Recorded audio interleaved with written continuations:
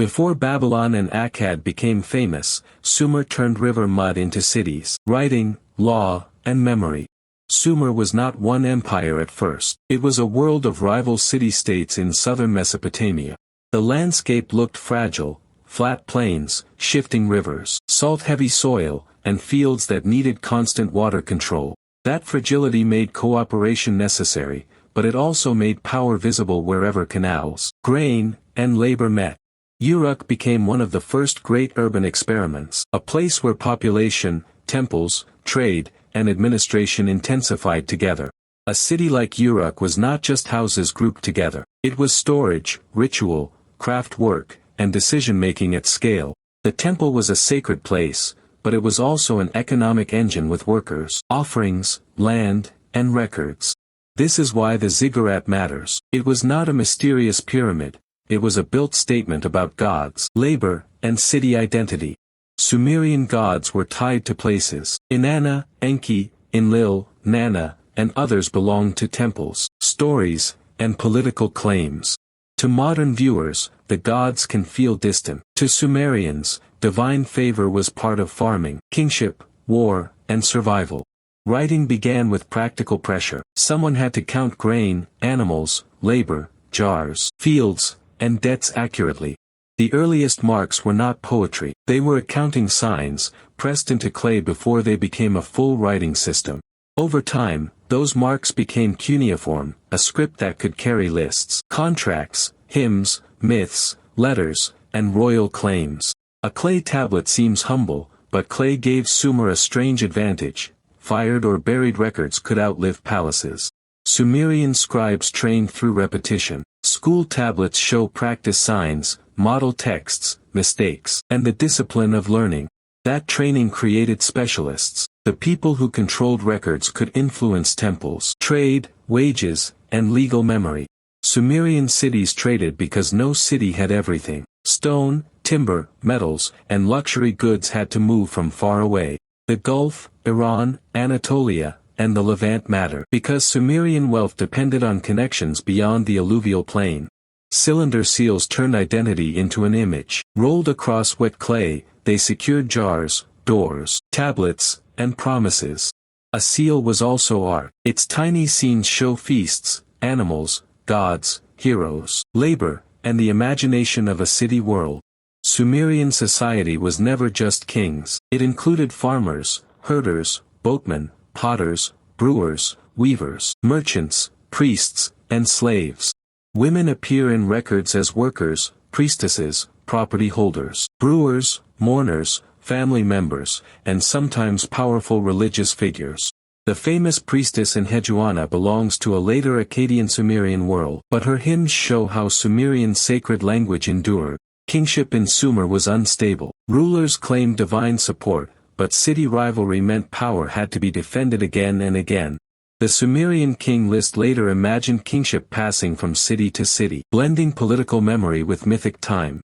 Its flood-length reigns are not normal biography. They reveal how later scribes organized the past through sacred imagination. War was real too. City-states fought over boundaries, water, prestige, and fields that could decide survival. The Stele of the Vultures gives one of the clearest war images: soldiers in formation, royal violence, and victory propaganda. But propaganda is not neutral truth. A victory monument tells us what a ruler wanted remembered, not everything that happened. Lagash and Ummah show the problem clearly. A boundary dispute could become a story about gods, land, and royal legitimacy. Law in Sumer also predates Hammurabi. Earlier reforms and law collections show attempts to define justice, debt, marriage, and status. Ur-Nammu is associated with one of the oldest surviving law codes, though fragments and copies make reconstruction cautious. Justice was not modern equality. Penalties, compensation, and rights depended on rank, household, gender, labor, and property. The city of Ur became especially powerful in the late 3rd millennium BCE under the 3rd dynasty of Ur. Ur-Nammu and Shulgi built royal authority through temples, roads, taxes, scribes, armies, and a language of divine kingship. The Great Ziggurat of Ur is not just a dramatic ruin, it is a surviving anchor for understanding royal building in sacred space.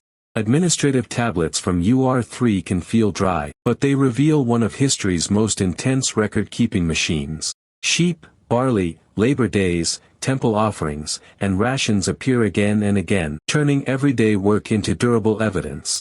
Sumerian beer was not a footnote. Brewing connected grain, labor, ritual, diet, and the goddess Ninkasi. The hymn to Ninkasi is both sacred poetry and a window into brewing culture. Though it is not a modern recipe card, Sumerian literature carried gods into human questions: why cities fall, why kings fail, why death cannot be avoided. The Epic of Gilgamesh grew from older Sumerian stories before becoming the later Akkadian masterpiece most readers know. Gilgamesh may reflect memories of Uruk kingship, but the surviving stories are literature, not a verified biography. Inanna became one of the most vivid divine figures. Love, war, power, danger, and descent all gathered around her name. Her descent to the underworld is not a news report. It is a mythic structure about power stripped away and life restored through ritual logic. Enki, associated with wisdom and fresh water, appears in myths that treat knowledge as both gift and dangerous force. Flood stories also belong here. Sumerian traditions preserve earlier flood motifs that later cultures reshaped in new languages. That does not mean every flood story proves one exact event. It means river societies remembered catastrophe through powerful narrative patterns. Sumerian cities were built of mud brick, which is why ruins can look modest compared with their ancient importance. Reed, clay, bitumen, wool, barley, and date palms shaped daily life more than marble or gold ever did. Music and feasting also matter. Lyres from UR show elite ceremony, animal imagery, and the soundscape of power. The royal cemetery of UR is spectacular, but it is also disturbing. Wealth, sacrifice, status, and death appear together. We should not turn those burials into simple treasure stories. They are evidence of hierarchy and ritual violence. By the late 3rd millennium BCE, pressure built from war, administration, climate stress, shifting trade, and Amorite movements. No single cause explains the end of Sumerian dominance. Collapse was a process, not a clean final scene. The Gutian period appears in later texts as chaos, but those texts carry political memory and blame, not neutral reporting. UR3 restored order for a time, but even its record-heavy system could not freeze history in place. When UR fell around 2004 BCE, lamentation literature transformed political disaster into sacred grief. The lament for UR does not simply list facts. It shows how people explained ruin through gods, kings, enemies, and fate. After Sumerian ceased as a spoken everyday language, it survived as a learned language of scribes, temples, and tradition. That survival matters because Sumer did not vanish completely. Its words, gods, stories, and techniques flowed into Akkadian and Babylonian worlds. Later Mesopotamia inherited Sumerian tools of memory, cuneiform, city gods, king lists, temple hymns, and administrative habits. Modern archaeology rebuilt Sumer from fragments, tablets, seals, bricks, graves, canals, ruins, and careful comparison. Every reconstruction has limits. A temple plan is not a full ritual. A tablet archive is not every human voice.